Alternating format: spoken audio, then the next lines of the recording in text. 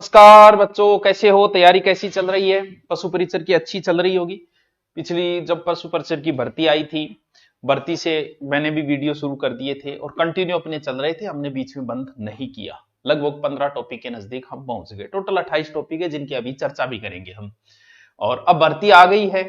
हम पहले से एक्टिव थे, उसी समय से 15 से 20 हजार बच्चे एक्टिव थे।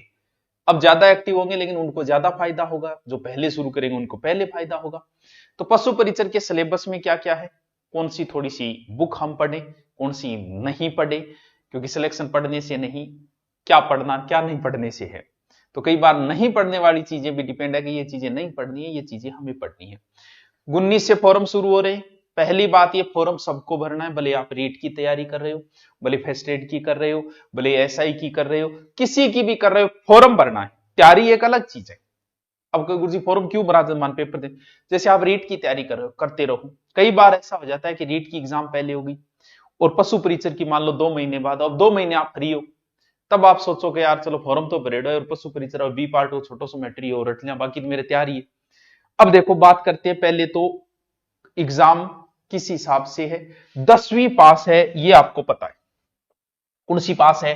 10वीं। अब आगे समझो, 2 पार्ट है इसके अंदर। आपकी एग्जाम में 2 पार्ट होगा, ध्यान से समझ लिया सारी चीज। A part and B part. A part के अंदर क्या है? ए पार्ट के अंदर मुख्य रूप से जीके एंड साइंस, SCIENCE, और है मैथ। कितना क्वेश्चन? 105 क्वेश्चन। चल जा डंगू। जीके, साइंस और मैथ। एग्जाम 10वीं लेवल की है, तो सर किस लेवल की पढ़नी है? 10वीं लेवल तक की मैथ पढ़नी है। वैसे हर कंपटीशन में 10वीं लेवल तक की ही मैथ आती है, 11वीं 12वीं की मैथ नहीं आती है। क्यों? क्योंकि 11वीं 12वीं में वो फिर लेमडा लामडा बस शुरू हो जाए, बस वो टफ दे सकता है, लेकिन यहां टफ भी नहीं देगा। नॉर्मल 10वीं लेवल की मैथ पढ़नी है आपको, नॉर्मल किसी भी गाइड से पढ़ सकते हो। विज्ञान चाहे तो आप 6 से 10वीं तक की किताब ले आओ विज्ञान की, चाहे उनकी कोई एनसीईआरटी की अलग से आती है स्पेशल वो ले आओ, चाहे वही विज्ञान पूछी जाएगी एकदम नॉर्मल 10वीं लेवल तक की। ठीक है, पोस्ट बहुत अच्छी है, बहुत बढ़िया पोस्ट है। बढ़िया पोस्ट मतलब संख्या बढ़िया पोस्ट, ठीक है। वैसे 4th ग्रेड में आती है, लेकिन गवर्नमेंट हुए देखो कि नहीं चिप जाओ बिंग ओड कोनी वे आप बड़ी तैयारी बाद में कराना, ठीक है। मेन पोर्शन फिर आता है जीके। जीके में एक बहुत बड़ो प्रश्न जो को अब भी 2-4 तो कर देगा, बताना है बाद ही कर देगा, बताना है बाद ही कमेंट कर दिया। क्या नयो जीके आओगो पुरानो आओगो? अरे तो भाई पुरानो क्यों आओगो? पहली तो आप जी आप मान ले कि पुरानो आवे, वो आपसे पुराने में ये पूछेगा कि गणेश्वर सभ्यता कहां है, ठीक है। पुराने जीके के हिसाबू तो सिक्कर है, नए के हिसाबू की है नीमगो थानो है। अब मान ले बंदा ये प्रश्न पूछे और पुराने के हिसाब से पूछ ले, उत्तर वो सिक्कर मान ले, तो कोर्ट में जाना कहेगा भाई सिक्कर में कहां ये बताइए हमें। क्यों? क्योंकि अब वो है ही नीम के थाने में, तो आप सिक्कर कैसे करके आ सकते हो? गुरुजी नीमो थाना ऑप्शन नेम है तो गलत है, प्रश्न ही डिलीट करना पड़ेगा, या फिर पूछेगा ही नहीं। भाई गणेश्वर सभ्यता में बदला क्या है? ओनली सिर्फ जिला ही तो बदला है, बाकी उत्खनन करता वही है, सन वही है, बटू के चीजा मिली वो सारी चीज वही है, वही नदी के किनारे है, बदला तो सिर्फ जिला है।